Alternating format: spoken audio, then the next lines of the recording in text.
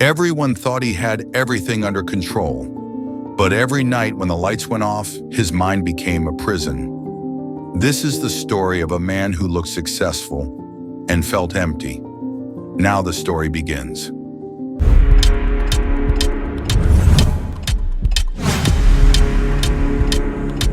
Marcus Hale was 36 years old, living alone in a modern apartment in downtown Chicago, surrounded by glass buildings, constant noise, and a life that looked impressive to anyone watching from the outside. He worked as a project manager for a tech company, wore clean shirts, spoke confidently in meetings, and smiled just enough to appear stable. But no one ever asked how he slept at night. Marcus grew up in a modest household. His father believed emotions were a weakness. His mother believed silence kept the family together. And Marcus learned early that being strong meant never saying what hurt.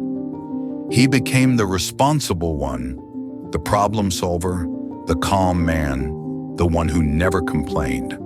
And slowly, without noticing, he built a life where everyone depended on him, but no one truly knew him. At first, the pressure felt like purpose. Long work days, constant deadlines, messages that never stopped, expectations that kept growing. Marcus told himself this was what progress looked like, but nights were different. When the city finally went quiet, his thoughts got louder, replaying conversations, worrying about tomorrow, questioning decisions, and feeling an exhaustion sleep could never fix. He tried everything to silence his mind.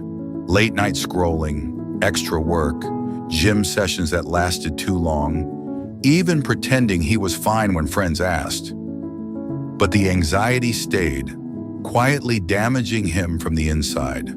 The worst part wasn't the stress. It was the loneliness of carrying it alone. One evening, after another sleepless night, Marcus sat in his kitchen at 2:47 a.m., staring at a cold cup of coffee, and realized something frightening. He couldn't remember the last time he felt truly calm. Days later, during a routine meeting, his body finally protested. Shallow breathing, shaking hands, a racing heart. And for the first time in his life, Marcus walked out instead of pushing through. He didn't quit his job. He didn't disappear. He simply paused. And that pause changed everything. Marcus began doing something unfamiliar. He started talking to a therapist, to an old friend, to himself. He learned that strength wasn't silence and control didn't mean suppression.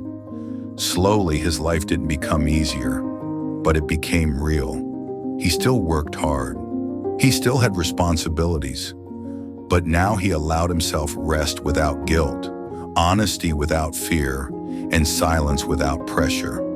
And for the first time in years, when the lights went off, his mind didn't attack him. It rested. The story ends here.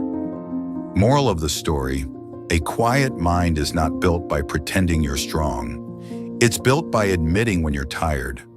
Real strength begins the moment you stop fighting yourself